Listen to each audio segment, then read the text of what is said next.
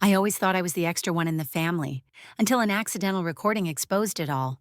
It didn't start with screaming. It started with me shrinking, apologizing for existing too loudly, being praised when I stayed quiet, being punished when I asked for more. For 30 years, I believed the problem was me. Too sensitive, too dramatic. Maybe mom was just tired. Maybe my sister needed more. Maybe I had to be the one who gave in again and again. So I did. I gave up hobbies, dreams, even my voice. I became the useful one, the one who smiled through being ignored. Then came the accident. I had left a voice recording running without realizing. Later that night, I played it back. Mom's voice, calm, clear, cruel. Your sister's whole life is meant to be supported by her. Whatever she builds, it'll end up being yours anyway. That sentence broke something I didn't know was still holding on. I wasn't loved, I was used. This isn't just my story. It's for anyone who walks into their childhood home and still feels like a guest. Because sometimes the people who say they raised you were really just feeding off you and calling it love. Growing up, I was always told to be the one who understood, the one who let things go, the one who waited her turn. My mom used to say, "You're the big sister, you should know better." And I believed her. Every birthday, every holiday, every tiny moment I wished for something, it was always, "Let's save that for next year. Your sister needs it more right now." When I got sick, it was, "She's still a kid, be strong for her." When I felt overwhelmed, "Come on, help me out. You're not a baby anymore." So I did what was expected. I smiled when I was hurting. I stepped back so she could shine. I stayed quiet even when my heart was screaming. Our house was always full of noise, laughter, arguments, footsteps, doors slamming, but never my voice. Not because I didn't want to speak, but because over time I learned it didn't matter. No one noticed when I gave up my seat. No one asked if I was okay. No one saw the little girl in the corner, the one holding it all together, so no one else had to. And eventually, I stopped asking for space. Because when you're raised to be the strong one, you forget what it's like to be seen. I was 15 when I first told my mom I wanted to study art, not as a hobby, as a life, as a future. She didn't even look up from the dishes. She just said, "That's useless. Pick something that makes money you'll need to support your sister one day." Support my sister. That was the beginning, or maybe it had started long before and I just hadn't realized. Every choice I made after that, it wasn't mine. When I got accepted into college, I was over the moon. I had dreamed of moving to a different city, starting over, being free. But my mom, she shut it down before I even packed a bag. "You're staying here," she said. "Who's going to help me with your sister?" So I stayed, not because I wanted to, but because guilt is a powerful leash when it's wrapped in the word family. I took on a part-time job. I paid my own tuition. I came home after classes to cook, to clean, to babysit. And yet the label never changed. I was still the ungrateful one, the burden, the girl who eats but never gives back. Once I tried to explain how tired I was, how hard it was juggling schoolwork and home. My mom didn't miss a beat. She looked me straight in the eyes and said, "I carried you for 9 months and this is how you repay me." That one sentence has echoed in my head for years. Because in my house, love was a transaction. And if you ever asked for more, you were instantly the villain. I learned early on that speaking up only made things worse, that voicing my needs would be spun into a guilt trip. Every emotion I had, anger, frustration, sadness, was turned against me. I was told I was too sensitive, that I talked back too much, that I thought I was better than everyone else. No matter how much I gave, it was never enough, and no matter how much I stayed silent, the resentment only grew. But what hurt the most wasn't the yelling. It was the calm, cold manipulation. The way my mom would cry in front of relatives and say, "I don't know what I did wrong. I gave her everything and she still treats me like this." They believed her. Of course they did. Mothers are saints in every story they tell, and daughters like me, we're just the villains who forgot to say thank you. But I remember everything, every sacrifice I made that was never seen, every version of myself I buried, just to survive under her roof. And one day I stopped apologizing for it. I used to tell myself my mom just had a different way of loving. She wasn't the type to say, "I love you," or hug us without a reason. But she cooked, cleaned, worked, late, always made sure there was food on the table. That had to mean something, right? Maybe for her, love looked more like duty than affection, more like sacrifice than softness. I carried that belief for years, used it to explain away the silence, the harsh tone, the way she always seemed disappointed in me, but proud of my sister. Then one day it all shifted. It was something so small. I'd been listening to a lecture on my phone and left it playing through the Bluetooth speaker in the living room. I stepped outside to take a call, thinking nothing of it. That's when it happened. She must have thought I was gone because I heard her voice from inside, clear and unfiltered. She had called my sister into her room. And in that moment, in that recording that kept running without anyone noticing, I heard something I'll never forget. Her voice calm and certain. Your sister's whole life is meant to support you. Whatever she builds, it'll end up being yours anyway. I stood there frozen, not angry, not sad, just cold. It felt like the floor under me gave way, like the version of my mother I had been defending all these years simply vanished. I didn't say anything, not to her, not to my sister, but something inside me broke clean and quiet. And for the first time ever, when I looked at the woman who raised me, I didn't see my mother. I saw a stranger who had been preparing me to be a tool, not a daughter, and I never unheard those words again. It happened a month after that recording, just when I thought I had built enough emotional distance to keep things civil.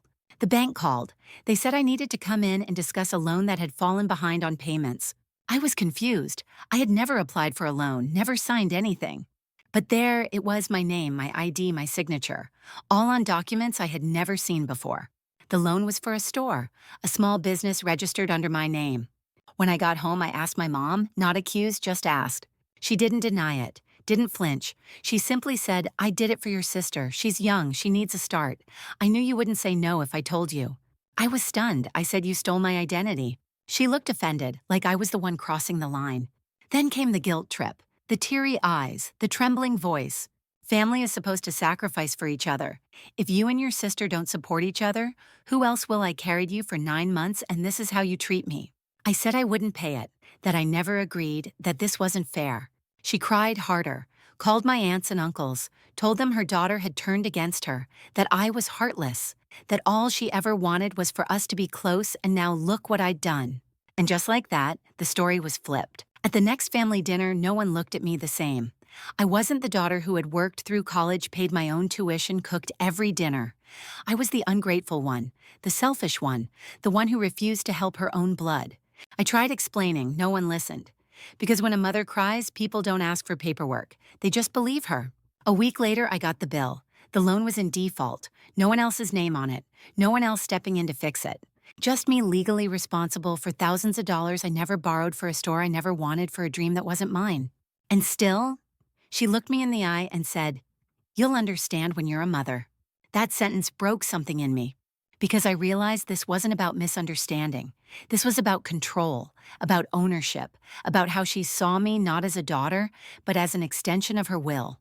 A tool, a wallet, a name she could use when hers didn't work. And the worst part, no one questioned it, not once. I didn't leave with a plan. Just a backpack, 2 changes of clothes, and enough cash to cover 1 month's rent in a shared room. It was the smallest space I'd ever lived in. Peeling paint, a leaky window. But for the first time in my life, it was quiet. No guilt trips, no slammed doors, no one asking where I was going or why I wasn't smiling. I picked up shifts at a local cafe, took night classes, ate instant noodles, and counted every coin like it meant something, because it did. My roommate Tina was kind, soft-spoken but sharp, the kind of person who saw more than she let on. One night we were folding laundry together, sitting cross-legged on the floor. She glanced at me and said so casually it almost slipped past me, "You're so kind. Why are you living in a world that makes you feel like you're always wrong?" I didn't answer right away because I didn't know how. That question hit harder than any fight I'd had at home, harder than the silence, harder than the accusations. It cut deep through years of being told I was too much, too little, never quite enough, through the constant pressure to give, to serve, to carry someone else's weight without ever asking why. No one had ever asked me something like that before, not with curiosity, not with care. And in that moment, something shifted. I didn't cry, didn't break down, but the armor I'd built over 30 years, it cracked. Because for the first time, I realized it wasn't weakness to want peace. It wasn't betrayal to protect myself. It was survival, and I was finally learning how to live. Tina was the kind of friend who never pushed but always knew when to show up with the right thing at the right time. One evening, after a long shift at the cafe, we were sitting by the window in our tiny apartment sipping tea from mismatched mugs. She pulled up a website on her phone and slid it over to me. Online graphic design course. It's flexible. You'd be great at this. At first, I laughed. I hadn't drawn in years. Not since I was 15 when my mom told me art was a waste of time. But something about the way Tina said it, simple, certain, made me pause. It didn't sound like a suggestion. It sounded like a reminder. So I enrolled.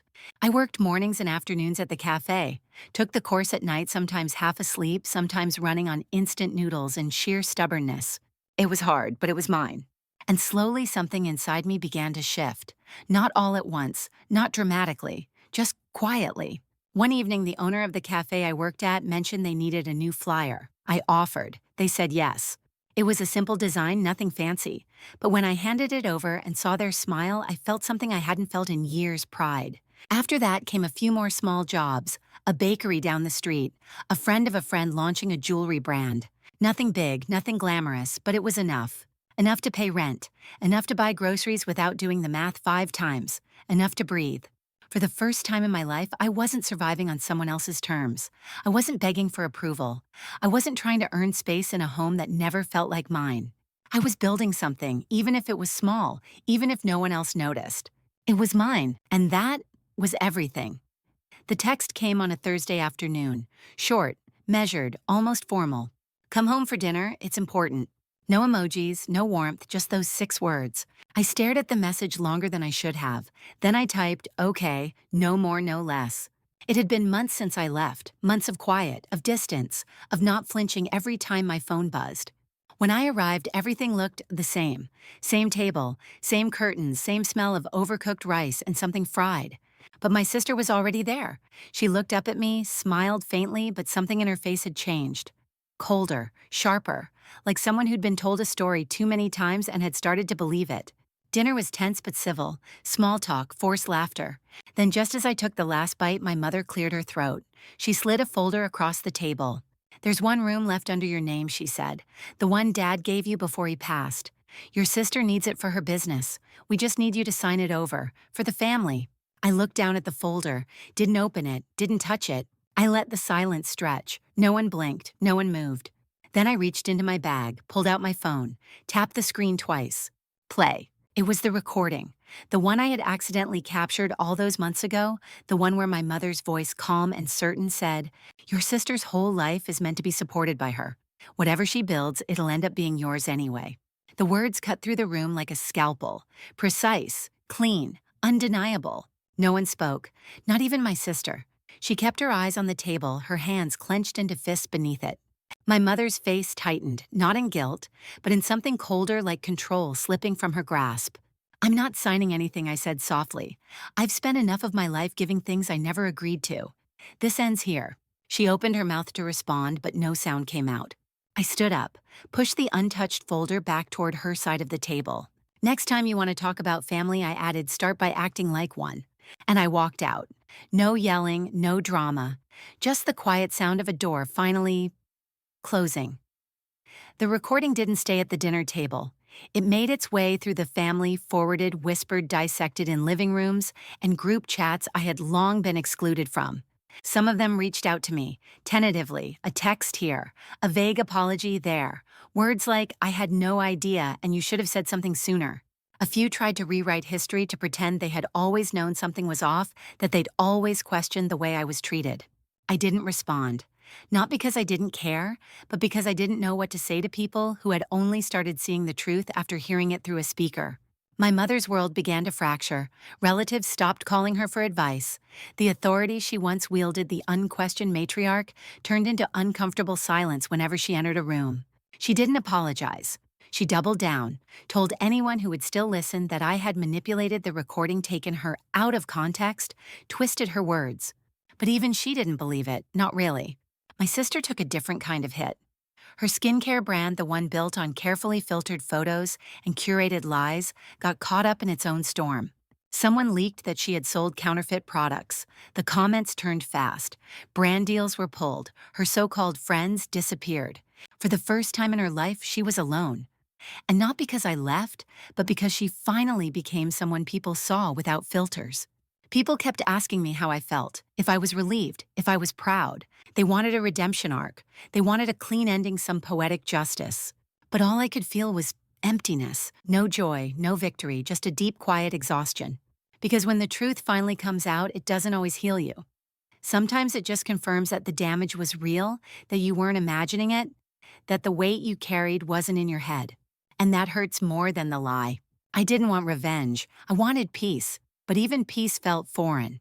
Like I had fought for years to reach a mountaintop only to realize there was no view. Just silence, an air too thin to breathe, but still I stood there alone. Not victorious, but free. And maybe, just maybe, that was enough. They asked me to come back. It wasn't sudden. It started with a message, simple, almost hesitant. Then came the call. My mom's voice, softer than I'd heard in years. "We've been thinking maybe you could come for dinner." And so I did, not for them, but for closure. The house felt the same, but I wasn't. My mom apologized. Her words were shaky, rehearsed, but they were there. My sister cried, said she missed me, said things were never the same after I left. They waited for me to say something, anything. I looked at them, really looked. And for the first time, I didn't feel anger. I didn't feel grief, just clarity. So I said, "I forgive you, but I'm not coming back." They didn't understand. Of course they didn't, because in their minds, forgiveness and return were the same thing. But I had learned something they hadn't, because here's the truth, I added. Family doesn't mean ownership. It doesn't give you the right to rewrite my life just because we share blood. Family doesn't mean you get to take someone else's dreams and call it love. There was silence, not the heavy, guilty kind, but the kind that happens when something real finally lands. I stood up, thanked them for the meal, and walked out not with rage, not with pain, but with peace. And that's how healing feels sometimes. Not like a grand victory, but like choosing your own name, your own path, your own quiet freedom, and never asking for permission again. I live with Lynn now. The apartment is small, just 2 rooms and a sunlit corner we turned into a studio.